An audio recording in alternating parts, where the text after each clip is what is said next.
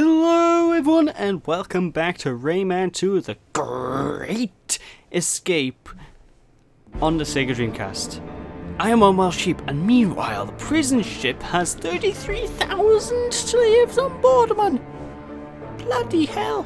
So yeah, things are starting to really heat up. Now we are really getting under Razorbeard's metal, I guess. It's not really skin. Because, look at him, he's mad as all hell, he's clipping like a madman. I really don't understand what's going on with his mouth and the clipping, it's spinning me out. I just see this big black block coming out of his mouth, it's really annoying me. But there we go, the precipice. I don't know how the hell you pronounce the stage, but it's an amazing stage, the music is phenomenal. And this is the point where the game starts getting interesting, folks. This is where the game's really starting to become a massive, brilliant experience. Like, the first couple of parts of the game, while they're alright and still very well done and fun, I feel they leave a bit to be desired. And from this point onwards, now my wishes of things being desired are kind of sort of going, really. Now this is where things are going to be pretty much action constantly throughout. Like, for this stage, we're basically getting bombarded by this gigantic prison... Well, it's not a prison ship, just a gigantic pirate ship. And basically, whenever... You basically need to look out for the pirate ship's cannonballs. Whenever a cannonball lands on the platform you're running on, then, well, you'll die like this.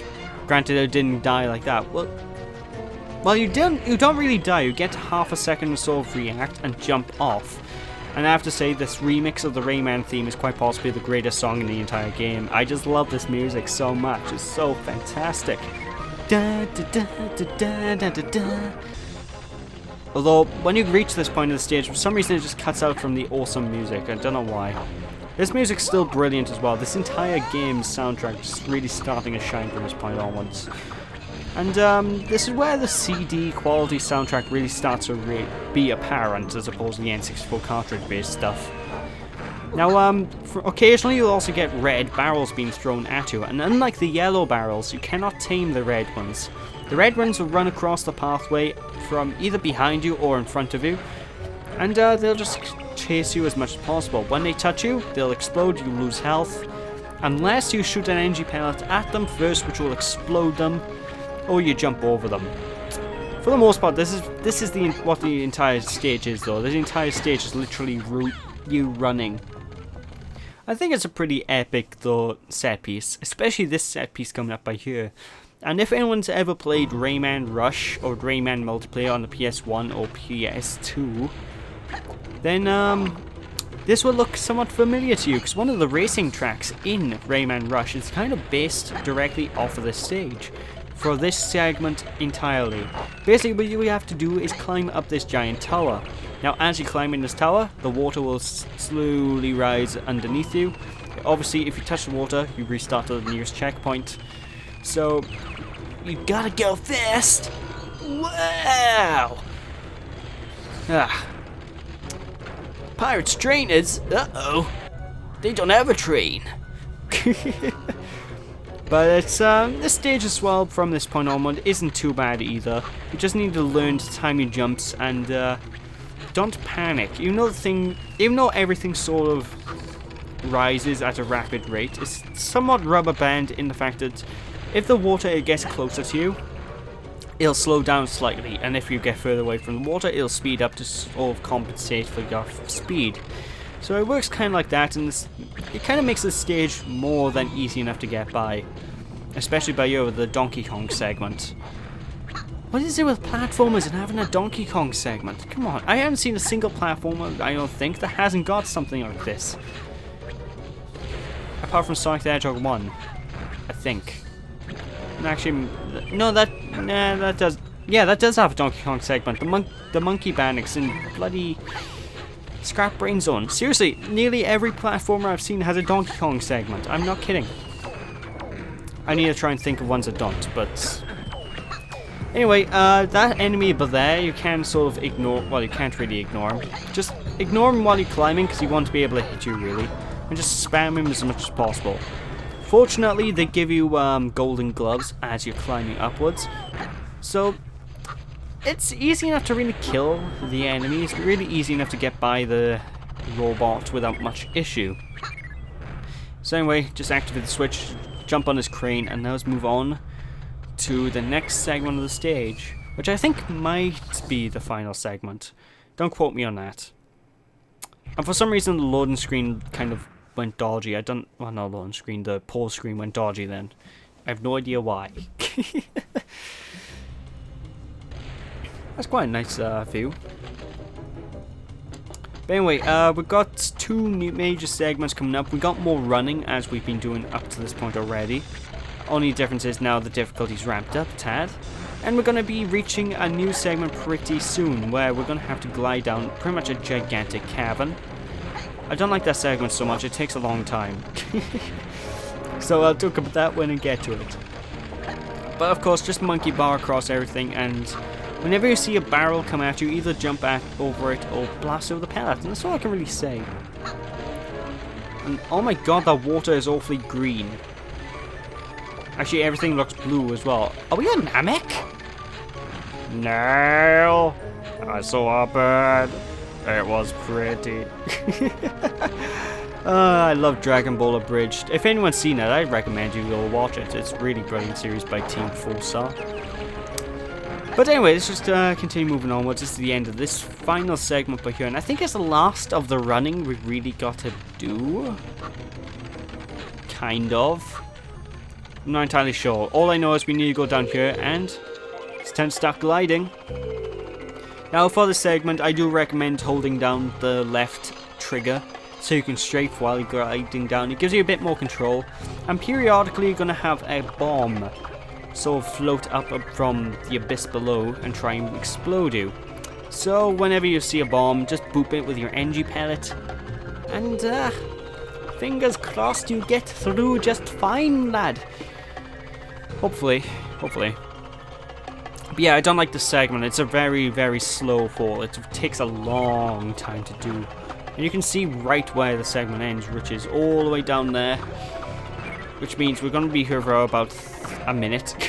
Just sort of gliding down slowly. When you reach the last couple of lumps, I do recommend just to stop the helicopter and drop like a rock as much as you can. Because, honestly, it's quicker. And you don't want to be sort of floating down really slowly, like, do you? Well, maybe you do. Maybe you just want a relaxed experience, but then it's not really relaxed because you have bombs getting sent at you, so I don't know. Overall, though, I do love this stage. It's just, it can drag on a bit. That's pretty much my major complaint with most of the stages in this game, actually. They tend to drag on a bit. The levels go on longer than they need to. Because I like to have a little break every now and then, you know? But of course, this is the very final stretch by here. Serious this time, it is the final stretch, so once you reach that cavern in the wall below, we'll be pretty much right on the very end of the stage. And we're going to be introduced to a brand new enemy type that I think the new enemy type that we introduced to actually only appears in this stage, so hey, it's something to look forward to. So there we go, final room. This looks an awfully lot like an arena. That's because it is an arena. We got this one guy by here, and he is powerful as hell. He has a massive health bar, and basically, you need to do your best to sort of try and take him out without falling into the pit behind you. This music is funky as hell, I love this. Oh, the music! Oh, I love that song. That's the only point in this game that song plays. Which is a shame, really. But there we are, there's the end of the stage. So now we killed the enemy, we can basically move on to the doorway. There we go, I'm going there now. And break open the cage, which will free the TNC. And as you can see, I haven't got all the lums in the stage. I have no idea what the lums I missed are. And to be perfectly frank, I don't care. I don't give a monkeys. I'm just happy enough the stage is done, perfectly fine. Let's get moving into the next stage, which is, I remember it being really difficult, but I did it my first try on this run through of the game, so the next stage, folks, is the top of the world. And I'll wait until we actually get into the stage to explain it a bit. I need my drink. My throat's killing me.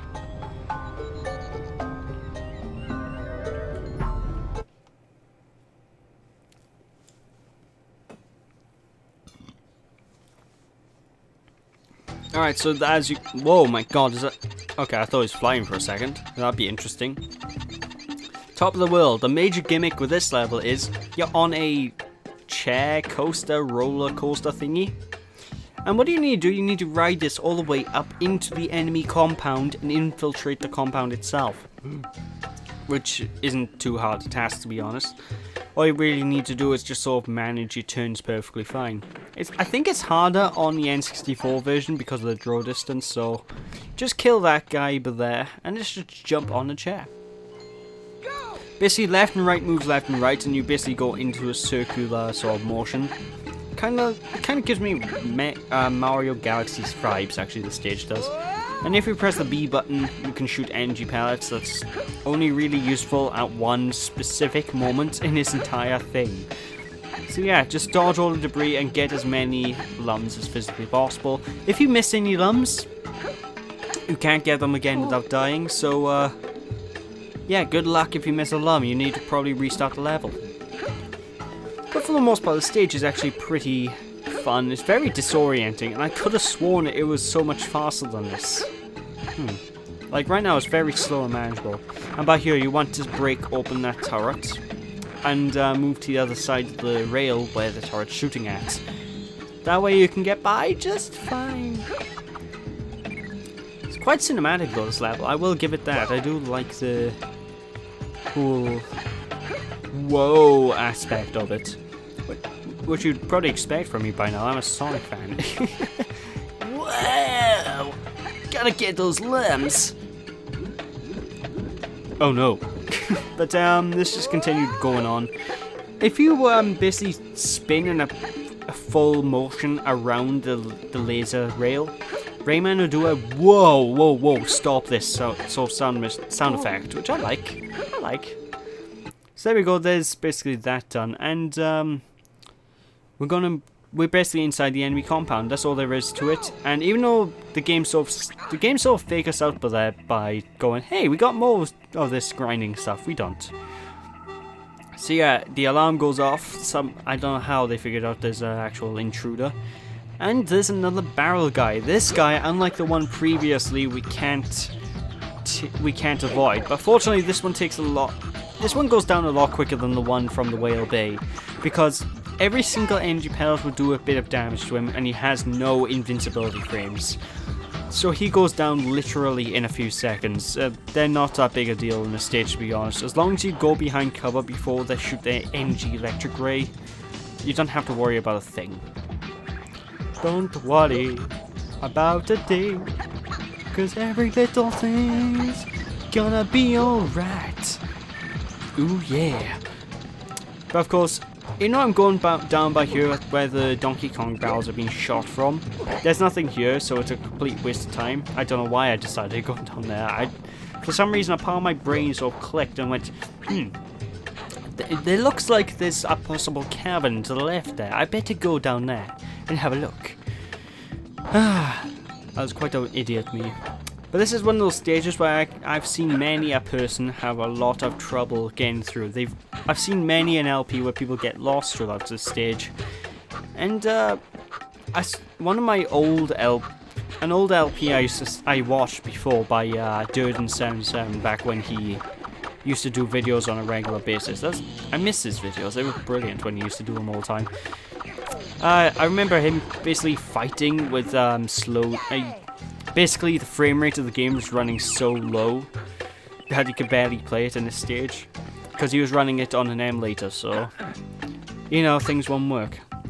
Fortunately, I'm not running it on an emulator, so frame rate issues aren't very likely to happen. And I got a very powerful PC, so if frame rate issues happen on this game, I would probably cry. Actually, then again, I do have a bit of issues emulating Dreamcast games. I don't like emulating that much. It's only very rarely I decide to do it, and that's when my TV's occupied by someone else who's using it. So Yeah, I'm not very big on the whole emulation scene. But anyway, we need to take this barrel keg and go into the room to the left by here. And this is usually where people get mixed up because they don't really... no one really notices this room exists. It's very hard to find, very easy to miss. So be sure to pick up the barrel keg and go into this room. And wait for the platform to go nearby you. When the platform goes nearby you... go by you. You need to jump on the platform. Well, walk on a platform, can't jump. And write it all the way to the end. And you should see a door that you can't open by normal means on the end by here. Basically blast it open with the barrel keg, and inside, well, we'll be freeing a teensy. That's right, he was held prison in this here place. Don't ask me what this place is, I really don't know. But fortunately they also give us golden gloves. Like I said, they shell them out a lot more than I remember in this game. I don't remember getting golden gloves nearly this much when I was playing it years ago. But unfortunately, we now kind of have to do an escort quest. It's very easy still, but we need to follow the teensy all the way back, and he won't move unless we're close enough to him. Fortunately, he moves at a very reasonable pace, and he does wait up for you. So you don't have to worry too much. Everything's automatic, and enemies won't attack him, so... whenever you see an enemy, just destroy them. And just continue following the teensy, who's... was he just floating on the floor? Okay, okay, I'm not gonna question it. Some weird pathfinding there. Oh, hey bro, what's up? So if you have golden gloves, these guys die literally in less than 3 seconds. It's bloody insane what the golden gloves do for you in this game. But of course, look at my health bar actually, now that I think about it, it's huge. Now, it's very easy to miss lums in this level, though I will admit, because there are so many nooks and crannies you can sort of get lost in. So whenever you see a sort of low-ish box, jump on top, and there's usually a lum or two on the very top of the topmost box you can get up to. Like over there, I almost missed that lum way over by where the actual cage was, because it was like way on top of the boxes. And how would anyone think about looking up there without just happily turning the camera by sheer coincidence of luck? I have no idea. Anyway, up the bookcase stairs. I'm still convinced they're bookcases. The books in those staircases are just... they look like books, alright? The steps look like books. Probably because they're so slanted. But anyway, there's the end of the stage. So with that, folks, I'm going to call it a part here. So thank you all for watching. I hope you enjoyed. Don't be sheepish, people. And when we return next time on Rayman 2, we will be taking on... give us a sec. I'll tell you what we're taking on next time in a minute. Now in a minute. Come on, load up. We'll be taking on the Sanctuary of Rock and Lava. And get ourselves the next mask. Well, the next mask isn't actually in the Sanctuary of Rock and Lava. But I digress. I'll see you guys next part. Hope you all enjoyed. Thanks for watching. See you after. Bye!